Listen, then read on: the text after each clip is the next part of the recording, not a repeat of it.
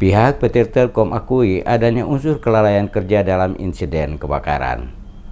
Pihak PT Telkom Ambon mengakui adanya unsur kelalaian kerja sehingga menyebabkan terjadinya kebakaran kantor PT Telkom Indonesia Persero yang berlokasi di Jalan Patimura, Kota Ambon. Demikian disampaikan oleh Haris Setiawan, General Manager PT Telkom Wilayah Timur Maluku saat ditanya soal penyebab kebakaran yang menghanguskan sejumlah peralatan telekomunikasi milik PT Telkom dan Telkomsel wilayah Ambon. Dijelaskannya sampai saat ini pihaknya belum mengetahui pasti penyebab kebakaran dan saat ini tim dari pihak kepolisian masih melakukan penyelidikan guna mengetahui penyebab kebakaran. Sementara disinggung soal kebakaran pada Selasa kemarin yang mengakibatkan layanan telekomunikasi Telkom Group baik suara maupun data termasuk layanan mobile milik Telkomsel dari dan menuju Ambon dan sekitarnya terganggu. Secara berangsur layanan Telkom mulai pulih pada pukul 14.12 waktu Indonesia Barat seiring dihidupkannya kembali satuan dan perangkat telekomunikasi yang sebelumnya terganggu akibat dampak dari kebakaran tersebut. Walaupun tidak semuanya bisa berjalan sebagaimana mestinya seperti biasanya, namun untuk sementara ini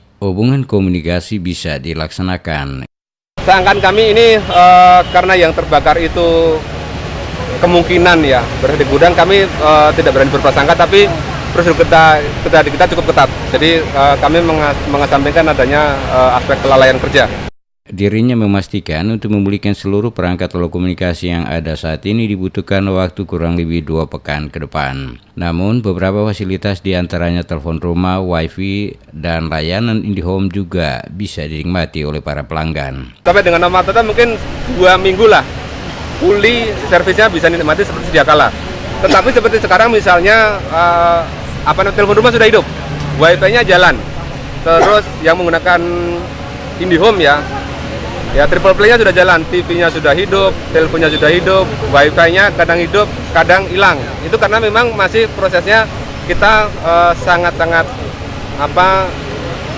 darurat gitu. Nah, kita berharap nanti dalam waktu periode 2 minggu ke depan ini bisa kita selesaikan. Saat ini tim yang datang baik dari Makassar maupun Jakarta masih bekerja di lapangan guna membantu pemulihan menyeluruh seluruh fasilitas telekomunikasi milik PT Telkom yang mengalami kebakaran. Lebih lanjut dikatakan Haris, atas masalah tersebut pihak PT Telkom ikut menyampaikan permohonan maaf ke seluruh warga Maluku dan Kota Ambon, khususnya para pengguna jasa telekomunikasi, khususnya para pengguna jasa Telkomsel atas ketidaknyamanan yang terjadi.